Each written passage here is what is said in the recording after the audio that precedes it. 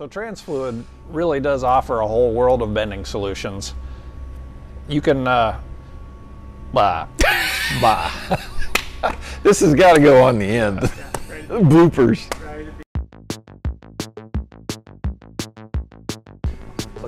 Let's just go ahead and stop it here for a second now and regroup. Do we want the coffee cup on here? Well, yeah, it's red coffee cup. Okay, It works we'll now. Red pen, red coffee cup. What do you want? But it was backwards. We want the T showing. Right. Okay. All right. Let's see here. Well, in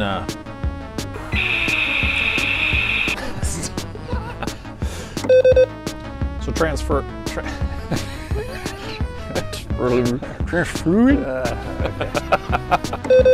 Our website for videos, products. We even show some pricing on there.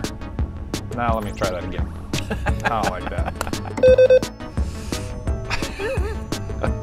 We need something to eat.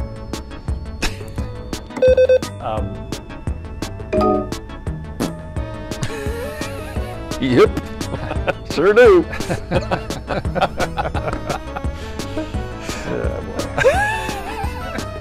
Okay. One more time. One more run at it.